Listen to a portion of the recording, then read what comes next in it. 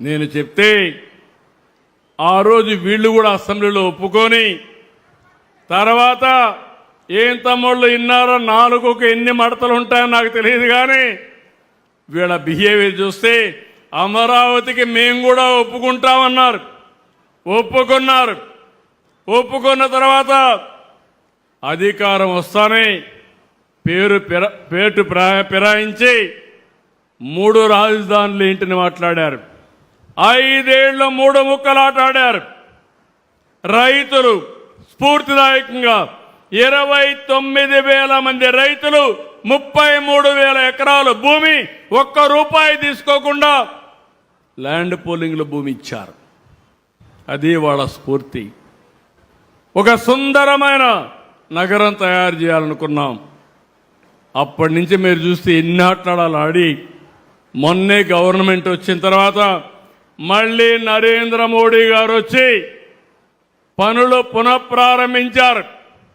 పునఃప్రారంభించి చూస్తే వీళ్ళకు దిక్కుదాల్చడం లేదు. అసూయ పెరిగింది. ఇప్పుడు వాటికన్ సిటీ అంట. నాకు అది అర్థమే కావడంలా. మ్యావిగన్, వాటికన్ సిటీ తరహాలో మ్యావిగన్. మీకు అర్థమైందా తమ్ముళ్ళు? మీకు అర్థమైందా మా ఆడబిడ్డలు? మ్యావిగన్. నేను అడుగుతున్నా ఇక్కడుండే వాళ్ళకి, అమరావతి కావాలన్నా రాజధానిగా? కావాలంటే చేతుల పైకెత్తండి. ఏ ఒక్క వ్యక్తి అయినా మ్యావిగన్ సహకరిస్తారా అని మిమ్మల్ని అడుగుతున్నా. మళ్ళీ 3 ముక్కలాట కావాలన్నా అని మిమ్మల్ని అడుగుతున్నా. రాజధానిని విధ్వంసం చేసుకుంటావా అని మిమ్మల్ని అడుగుతున్నా. ఒక వ్యక్తికి ఇల్లు ముఖ్యం, రాష్ట్ర సమాజానికి రాజధాని ముఖ్యం. ఈరోజు తెలంగాణ ఉంది, హైదరాబాద్ మా రాజధాని అంటారు. కర్ణాటక ఉంది, బెంగళూరు మా రాజధాని అంటారు గర్వంగా. మొన్నటి వరకు అది కూడా చెప్పుకోలేకపోయాం. ఇప్పుడు మాట్లాడుతున్నారు, డబ్బులు ఎక్కువ ఖర్చు పెడుతున్నారని మాట్లాడతారు. సన్నాయి నొక్కులు నొక్కుతారు. ఎవరైనా భూమి ఇస్తామంటే ఇవ్వనీయకుండా అడ్డంకులు సృష్టిస్తారు. ఎన్ని అడ్డంకులు సృష్టించినా నేను ఎక్కడా రాజీ పడను. రేపే మీరు చూస్తే 13వ తారీఖున రాజమార్గం యాక్సెస్ రోడ్డు, ఫస్ట్ రోడ్డు రాజధానిలో వస్తా ఉందని మీ అందరికీ హామీ ఇస్తున్నా. దీనివల్ల లాభం మీరు ఒకసారి ఆలోచిస్తే సంపద సృష్టించబడుతుంది, రాష్ట్రానికి ఆదాయం పెరుగుతుంది. ఆదాయం పెరిగితే సంక్షేమాన్ని ఇంకా ఎక్కువ ఇచ్చే అవకాశం వస్తుంది. ఆ విషయంలో ఎక్కడా రాజీ పడవని చెప్పి కూడా నేను మీకు తెలియజేస్తున్నా. నేను ఒక విషయం ఇక్కడ మీకు చెప్పాలి. నేను రాజకీయాలు మాట్లాడకూడదు అనుకుంటున్నాను, కానీ అవతల పార్టీ చేసే అరాచకాలు మీకు చెప్పకపోతే మీరేమనుకుంటారంటే వాళ్ళు చేసేటన్ని బాగానే ఉన్నాయి, పర్వాలేదు అనే పరిస్థితికి మీరు వస్తారు. అది సమాజానికి చాలా ప్రమాదం. మీరు చూస్తే రాష్ట్రానికి పోయిన ఇమేజ్ మళ్ళా తీసుకొచ్చి ఆంధ్రప్రదేశ్ బ్రాండ్ని కాపాడుతున్నాం. వీళ్ళు చేసే పనుల వల్ల రాష్ట్రానికి మళ్ళీ బ్యాడ్ ఇమేజ్ వచ్చే పరిస్థితి వస్తూ ఉంది. మీరు ఒక్క విషయం నేను చెప్పాను, డిఎస్సి నేను మొదటి సంతకం పెట్టాను. ఎన్నికల ముందు చెప్పాను, ఒకే మాట చెప్పాను, 16,000 ఉద్యోగాలు, ఒక్క రూపాయి అవినీతి లేకుండా మీకు రిక్రూట్ చేసే బాధ్యత నేను తీసుకుంటానని ఆ రోజు చాలా స్పష్టంగా హామీ ఇచ్చాను. అవునా కాదని అడుగుతున్నా. అయిన తర్వాత 300 పైన కేసులు వేశారు. ఉద్యోగాలు ఇవ్వడానికి వీలు లేదని, రిక్రూట్మెంట్ చేయడానికి వీలు లేదని అవన్నీ అధిగమించాం. సంవత్సరంలో డిఎస్సి పెట్టి, ఇంటర్వ్యూలు పెట్టి, అందరినీ పిలిపించి కుటుంబాలతో సహా 16,000 కుటుంబాలు పిలిపించి వాళ్లకు నియామక పత్రాలు అందజేశాం. 1 ఇయర్ అయింది. ఉద్యోగాలు చేస్తున్నారు, పిల్లలకు బాగా చదువు చెప్తున్నారు. నిన్న మొన్న వీళ్ళు వచ్చి మళ్ళా అవినీతి జరిగిందని పేపర్ లీక్ అయిన మాట్లాడే పరిస్థితికి వచ్చారు. ఇంతవరకు ఒక్కరు కూడా బయట వాళ్ళు చెప్పలేదు. ఎవరు రాజకీయం చేశారంటే గొడ్డలి పార్టీ రాజకీయం చేసే పరిస్థితికి వచ్చారు. ఆ విషయం మీరు గుర్తుపెట్టుకోవాలి. దీనిపైన కోర్టుకు వెళ్ళారు. కోర్టు మళ్ళా చీవాట్లు పెట్టింది, కొట్టేసింది. కానీ ఇప్పుడు కూడా ధర్నాలు చేస్తారు. ధర్నాలు చేసే వీళ్ళు చేసే పనులు మీరు చూస్తే ప్రజలకు ఇబ్బంది కలిగించాలని ప్రయత్నం చేస్తున్నారు. ఒక తరాన్ని నాశనం చేశారు. ఇంకొక పక్క ఇప్పుడు జంజీ అని మాట్లాడతారు. వీళ్ళు జంజీ కాదు, గొడ్డలి జే. జగన్మోహన్ రెడ్డి గొడ్డలి. నేను ఒకటే చెప్తున్నా, మీరు చేసే అరాచకాల్ని ఎట్టి పరిస్థితుల్లో ఉపేక్షించే సమస్య లేదు. ప్రజల బాగోగుల కోసం ఈ ప్రభుత్వం అవసరమైతే కఠిన చర్యలు కూడా తీసుకుంటారని మరొక్కసారి మీ అందరికీ హామీ ఇస్తున్నా. ఇది ఒక్కటే కాదు, గంజాయి బ్యాచ్, బ్లేడ్ బ్యాచ్, నేరాలు ఘోరాలు చేసే వ్యక్తులందరినీ ప్రోత్సహిస్తారు. మొన్న మీరు చూడండి, ఒక మాజీ మంత్రి, సమాజానికి హితం చెప్పవలసిన వ్యక్తి కొడుకు యాక్సిడెంట్ చేశాడు. చేస్తే ఏం చేయాలి? చనిపోయిన వ్యక్తిని హాస్పిటల్ తీసుకుపోవాలని లేదా అని మిమ్మల్ని అడుగుతున్నాను. బాధ్యత కలిగిన వ్యక్తి అయితే నేరుగా తన హాస్పిటల్కి తీసుకెళ్ళి ముందు ట్రీట్మెంట్ ఇప్పించి బతికిచ్చే అవకాశం ఉంటే బతికించాలి. అది చేయలేదు. మాజీ మంత్రి ఇమ్మీడియట్గా వెళ్ళి వాళ్ళ తండ్రి కాబట్టి ఆ కొడుకు కేసు మాఫీ చేయడానికి వేరే వాళ్ళపైన కేసు పెట్టించాడు. వేరే వాళ్ళపైన కేసు పెట్టి ఈ కేసు మాఫీ చేసుకున్నారు. ఇప్పుడు రాష్ట్రం అంతా సీసీటీవీ కెమెరాలు పెట్టాను. ఎవడైనా దొంగతనం చేసినా, నేరాలు ఘోరాలు చేసినా కబద్దార్, మూడో నేత్రం మీ వెంటనే ఉంటుంది. ఎవరు తప్పించుకోలేరు. అందులో మొత్తం వచ్చాయి. వస్తే ఈయనంటాడు చాలా చిన్న పిల్లోడు, చంపేశాడు, ఏమవుతుందని మాట్లాడతాడు. గొర్రెల కాపరి చనిపోయాడు. చనిపోతే 44 ఏళ్ళు చనిపోయాడు. దానికి పెద్ద సమస్య ఏంటంటాడు. మీరు ఒక్కసారి ఆలోచించుకోవాలి. మానవత్వం ఉండాలి మనుషుల్లో, ఆలోచన విధానం ఉండాలి. మొన్న దానిపైన చూడడానికి పోయి రోడ్డంతా స్తంభింపజేస్తూ వెళ్ళారు. విశాఖపట్నం నుంచి 1 గంట జర్నీ, 7 గంటలు వెళ్ళారు. అక్కడ ఒక పోలీస్ ఆఫీసర్, ఒక మహిళ, ప్రజలను కాపాడవలసిన మహిళ, కాకి బట్టలు వేసుకున్న మహిళ. గవర్నమెంట్ వీరికైతే ఒక వెపన్ కూడా ఇస్తారు. వాళ్ళ ఆత్మరక్షణకే కాకుండా ప్రజల్ని కాపాడడానికి అలాంటి మహిళ పట్ల అసభ్యంగా ప్రవర్తిస్తారు. మనుషులు మామూలుగానే మహిళను ఎవరన్నా టచ్ చేస్తే మనం అందరం కూడా చాలా కోప్పడతాం. అవునా కాదా అని అడుగుతున్నా. వెకిలి చేష్టలు చేస్తారు, ఇష్టానుసారంగా చేస్తారు. కడానావిడిని మాప్ చేసేసి ఇష్టానుసారంగా అసభ్యంగా ప్రవర్తిస్తే కనీసం కండెం చేసే పరిస్థితి లేకుండా పోయింది. నేను అడుగుతున్నా మిమ్మల్ని, పోలీస్ ఆఫీసర్కి, మహిళా పోలీస్ ఆఫీసర్కే రక్షణ లేకపోతే మీకు రక్షణ ఉంటుందా? మహిళలు మీరే ఆలోచించమని కోరుతున్నా. మీకు రక్షణ కావాలన్నా లేదా అని అడుగుతున్నా. గంజాయి బ్యాచ్ కానీ రౌడీలు కానీ రెచ్చిపోతే మిమ్మల్ని కాపాడడానికి ఎవరుంటారని అడుగుతున్నా. అందుకే నేను ఒకటే చెప్పాను, ఇది కరెక్ట్ కాదని చాలా వరకు కండెమ్ చేశాం. ఈ 2-3 సంఘటనలు మీకు ఎందుకు చెప్తున్నానంటే ప్రజా చైతన్యం చాలా అవసరం. నిన్న పొగాకు రైతుల మీద ఎక్కడైతే వెస్ట్ గోదావరి జిల్లాకి వెళ్ళారు, ఏలూరు జిల్లాకి వెళ్ళారు, ఏలూరు జిల్లాకి వెళ్తే నాకైతే ఆశ్చర్యం. ఈరోజు మీ అందరికి అభిమానం ఉంది, వచ్చారు. ఇప్పుడు ఎన్నికలు పెడితే చీరాలలో మొన్నటి కంటే ఎక్కువ మెజారిటీ ఓట్లు ఇవ్వడానికి సిద్ధంగా ఉన్నారు. రాష్ట్రంలో కూడా ఈ పరిస్థితే. ఇలాంటి సమయంలో ఒక పర్యటన పెడతారు, పేరు పొగాకు రైతుల కోసం, చేసేది రౌడీజం.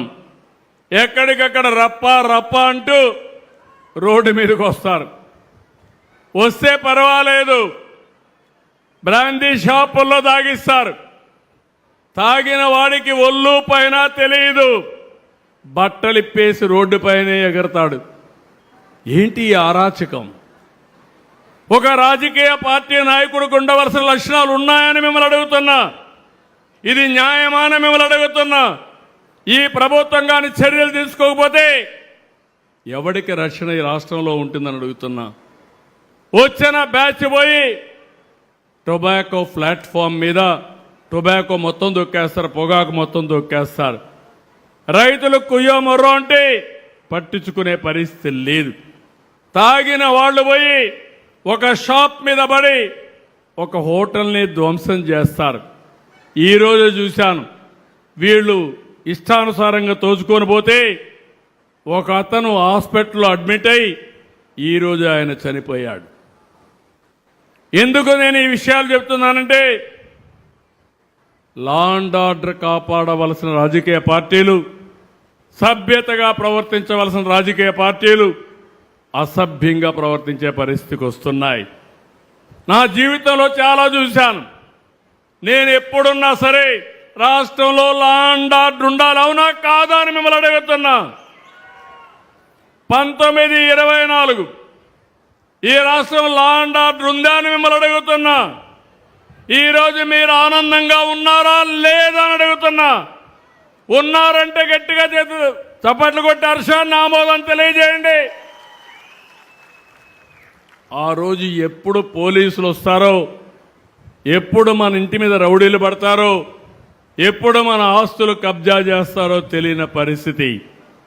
ఈరోజు ధైర్యంగా మాట్లాడమే కాకుండా ఎదుర్కొనే పరిస్థితికి వచ్చారు. ఇలాంటివన్నీ నేను చూస్తే చాలా బాధేస్తుంది. నేను తీవ్రవాదులను చూసా. నేను ఆ రోజు వాళ్ళకు కూడా చెప్పా, మీరు చేసేది తప్పని చెప్పాను. తప్పని చెప్తే నా మాట వినే పరిస్థితి లేకపోతే ముఖ్యమంత్రిగా లా అండ్ ఆర్డర్ కోసం కఠినంగా ప్రవర్తించాను. అప్పుడే కృష్ణప్రసాద్ కూడా నా పోలీస్ డిపార్ట్మెంట్లో పనిచేశాడు, ఎస్పీగా డిఐజీగా కూడా పనిచేశాడు అప్పట్లో. నేను ఆ రోజు చెప్తే నా మీద విభేదించి, నేను తిరుపతికి పోయినప్పుడు వెంకటేశ్వర స్వామికి పట్టు వస్త్రాలు సమర్పించడానికి పోతే 25 క్లేమోర్ మైన్స్ నా మీద బ్లాస్ట్ చేశారు. నన్ను కాపాడింది సాక్షాత్ వెంకటేశ్వర స్వామి దిగి వచ్చి నన్ను కాపాడాడు.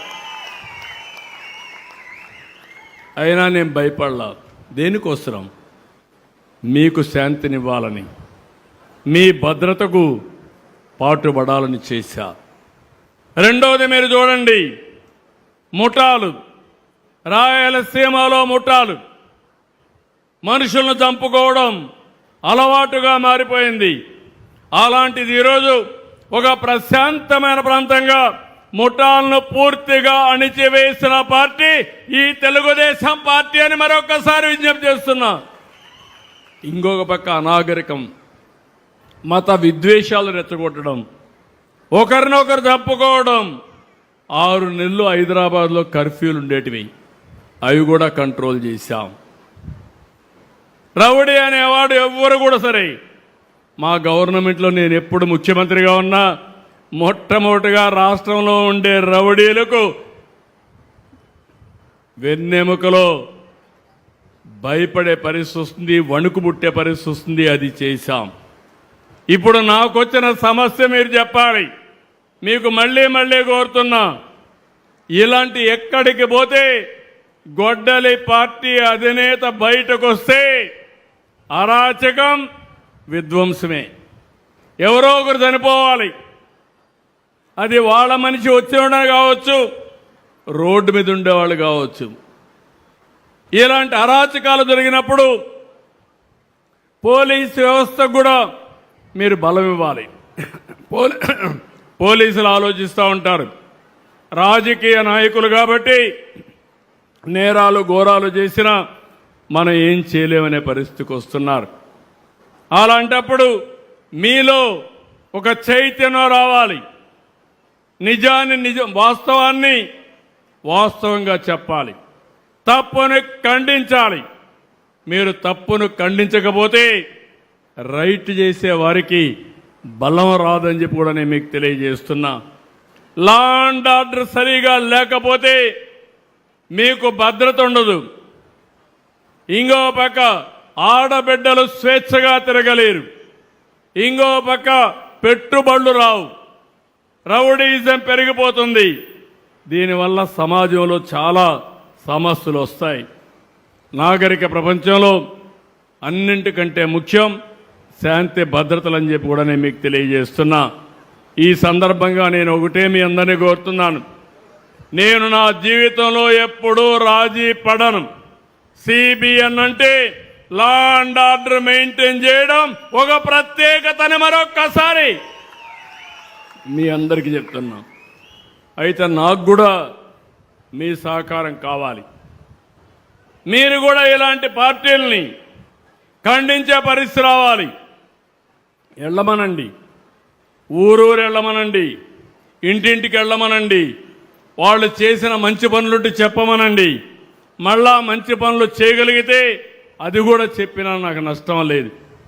మేము ఇంటింటికి తెలుగుదేశం కింద మేము వస్తే వీళ్ళు రోడ్డు మీద రఫా అంటూ గొడ్డళ్ళు పెట్టుకొని తిరుగుతూ ఉంటే ఏం చేయాలో నాకే అర్థం కావడం లేదు.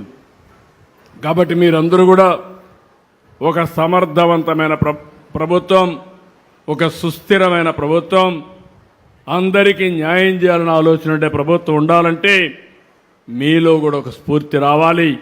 ఆ స్ఫూర్తి వస్తేనే సాధ్యం. ఈరోజు నేతన్న సేవలో ఏ విధంగా అయితే మనం ఇది ఇచ్చామో ఎలాంటి బెనిఫిట్స్ ఎక్కువగా రావాలంటే ఎప్పటికప్పుడు మీ అందరిలో ఒక చైతన్యం రావాలని కోరుకుంటూ మరొక్కసారి ఈ కార్యక్రమానికి వచ్చిన మిమ్మల్ని అందరినీ పేరు పేరున మనస్ఫూర్తిగా అభినందిస్తూ అందరికీ అభినందనలు. ప్రత్యేకంగా చేనేత కార్మికులకు మనస్ఫూర్తిగా శుభాకాంక్షలు తెలియజేసుకుంటూ జై భారత్, జై తెలుగు తల్లి, జై హింద్. ధన్యవాదములు సార్. ఇప్పుడు ఇక్కడికి వచ్చినప్పుడు సంక్షేమం, అభివృద్ధి మీరు రెండు చూస్తున్నారు. అదే సమయంలో ఇక్కడికి వచ్చినప్పుడు మీరు చూస్తే నేను ఒక సుపరిపాలనకు నాంది పలికాను. ఎవరికి ఎలాంటి ఇబ్బంది లేకుండా ఏ పని కావాలన్నా ఒక్క పైసా అవినీతి లేకుండా మీకు పనులు చేయాలని చెప్పి ఆలోచిస్తున్నాం. మా అధికార యంత్రాంగం బాధ్యతగా ఉండాలని కోరుకుంటున్నా. అందుకే మొత్తం మా అధికార యంత్రాంగం మీ ముందర కూర్చొని మీరు చూశారు. ఇక్కడ జిల్లా యంత్రాంగం అంతా ఉన్నారు, మా కలెక్టర్ ఇక్కడ ఉన్నాడు. నేను మీరు చూస్తే ఇక్కడ ఉండవాలని అడుగుతున్నా, మీకు ప్రతిరోజు అనేక సేవల పైన మీకు ఫోన్లు వస్తున్నాయని అడుగుతున్నా. వస్తున్నాయని వాడు చేలిపైకెత్తండి. ఓకే, అందరికీ ఫోన్లు ఉన్నాయా? అందరికీ ఫోన్లు ఉంటే చేతుల పైకెత్తండి. ఓకే, ఇప్పుడు నేను ఇక్కడ ఆలోచించేది ఫోన్ ఉంటే చాలు, మీరు ఎక్కడికి పోవాల్సిన పని లేదు. మీ ఎంఆర్ఓ ఆఫీసు మీ ఇంటి పక్కనున్నా అక్కడికి పోకుండా మీ ఇంట్లో కూర్చొని దర్జాగా ఏ పని కావాలన్నా ఆ పని చేసి పెట్టే బాధ్యత ఈ ప్రభుత్వానిదని మరొక్కసారి విజ్ఞప్తి చేస్తున్నా. అదే మాదిరిగా నేను మీ దగ్గర నుంచి ఒక పక్క డబ్బులు మీ అకౌంట్లో వేస్తున్నాం. పేదల సేవలో మాత్రం నేరుగా వచ్చి మీకు డబ్బులు ఇస్తున్నాం. ఇంకో పక్క ఇన్ కైండ్ వెల్ఫేర్ హాస్టల్స్లో భోజనం పెట్టడం, అన్నా క్యాంటీన్లో భోజనం పెట్టడం, ఫేర్ ప్రైస్ షాపులో నిత్యావసర వస్తువులు ఇవ్వడం, ఇలాంటి పనులు చేస్తున్నాం. మూడోది ప్రభుత్వ సేవలు అనేక రకాలుగా ఇస్తున్నాం. ఈరోజు ఆర్టీసీలో ప్రయాణం కానీ, ఆర్టీసీ బస్టాండ్లో వస్తువులు కానీ, ఇలాంటి అనేకమైన సర్వీసుల్ని